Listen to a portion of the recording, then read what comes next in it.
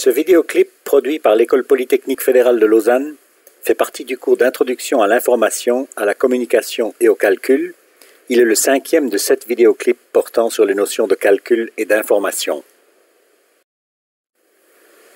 Les 4 premiers clips ayant introduit la notion d'algorithme, leur principale structure de contrôle et les algorithmes de recherche en général, ce 5e clip se penche sur un algorithme de recherche particulier, dit la recherche par dichotomie. Cet algorithme, que nous appellerons appartient D, prend comme entrée une entité X et un ensemble d'éléments E qui doit être ordonné en une liste, c'est-à-dire dont les éléments sont préclassés selon un critère d'ordre quelconque. Une recherche par dichotomie ne peut pas fonctionner sans cette condition d'ordre. L'algorithme produit comme sortie un booléen vrai ou faux qui indique si l'identité de l'entité X figure parmi les éléments de E. En prévision du cas où E serait vide, l'algorithme commence par tester cette hypothèse et si elle est vérifiée, se termine en sortant évidemment un résultat négatif. Ensuite, l'algorithme teste l'hypothèse où E ne contiendrait qu'un seul élément et dans ce cas, il se termine en sortant un résultat positif ou négatif selon que ce seul élément de E est égal à l'entité X recherchée ou pas. Ayant éliminé les 2 cas particuliers où E contiendrait 0 ou 1 élément, l'algorithme procède par une partition de E en 2 moitiés, elles-mêmes ordonnées, et de taille aussi égale que possible, d'où son nom de dichotomie. Les tailles des 2 moitiés sont égales si E contient un nombre pair d'éléments et elles diffèrent de une unité, peu importe dans quel sens, si E contient un nombre impair d'éléments. Enfin, l'algorithme compare l'entité recherchée X au maximum de E1, c'est-à-dire à l'élément le plus grand de la première moitié de E. Si X est inférieur ou égal à cet élément, l'algorithme lance une recherche de X dans cette moitié inférieure de E. Sinon, il lance une recherche de X dans la moitié supérieure de E. Dans un cas comme dans l'autre, la recherche est relancée en réinvoquant le même algorithme de recherche par dichotomie, mais seulement sur la moitié désignée de l'ensemble original E. Une telle réinvocation d'un algorithme par lui-même est ce qu'on appelle la récursion. Ce sujet sera abordé plus en détail dans un des vidéoclips de la 2e leçon du présent module. Pour illustrer et vérifier le fonctionnement de cet algorithme, simulons son comportement par un exemple.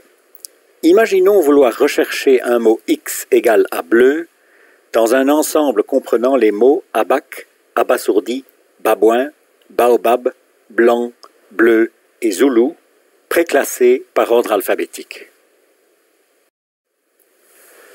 L'algorithme commence par vérifier que E n'est ni vide ni réduit à un seul élément.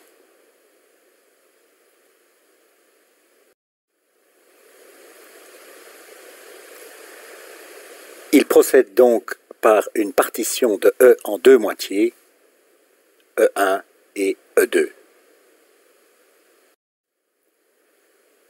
Il compare ensuite X, c'est-à-dire le mot bleu, au plus grand élément de E1, c'est-à-dire le mot baobab. Bleu n'étant pas alphabétiquement inférieur ou égal à baobab, le test est négatif. L'algorithme décide donc de relancer une recherche du mot bleu dans E2, la moitié supérieure de E. Il s'invoque donc récursivement, mais uniquement sur E2, la moitié supérieure de E. Il vérifie rapidement que E2 n'est ni vide ni réduit à un seul élément et le redivise en 2 moitiés, E2.1 et E2.2. Il compare alors X, c'est-à-dire toujours le mot bleu, au plus grand élément de E2.1, c'est-à-dire le mot bleu.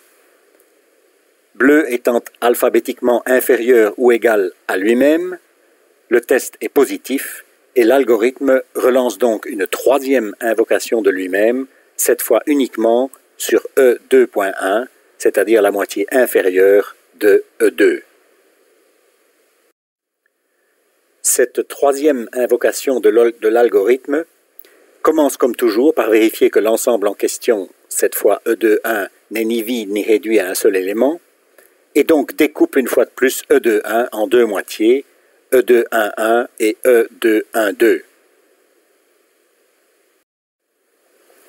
Cette troisième invocation de l'algorithme compare une fois de plus le mot x égale bleu au plus grand mot de E2.1.1, la moitié inférieure de la dernière partition. Bleu n'étant pas alphabétiquement inférieur ou égal à blanc, le test est négatif et l'algorithme s'invoque donc une quatrième fois, uniquement sur la liste E2.1.2.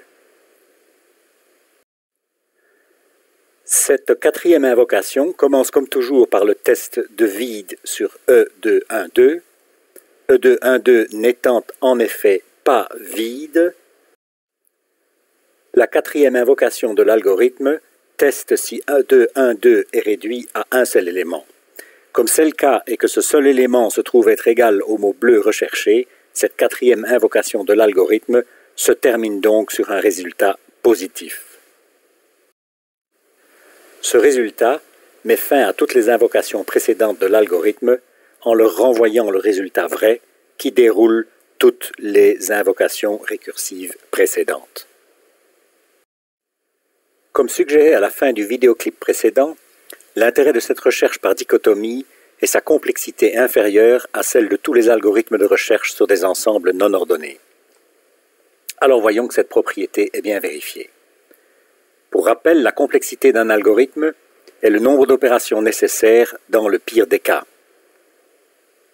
Dans le cas de l'algorithme de recherche par dichotomie, le pire des cas serait celui dans lequel l'élément x recherché se trouverait au milieu du milieu du milieu du milieu de l'ensemble ordonné E.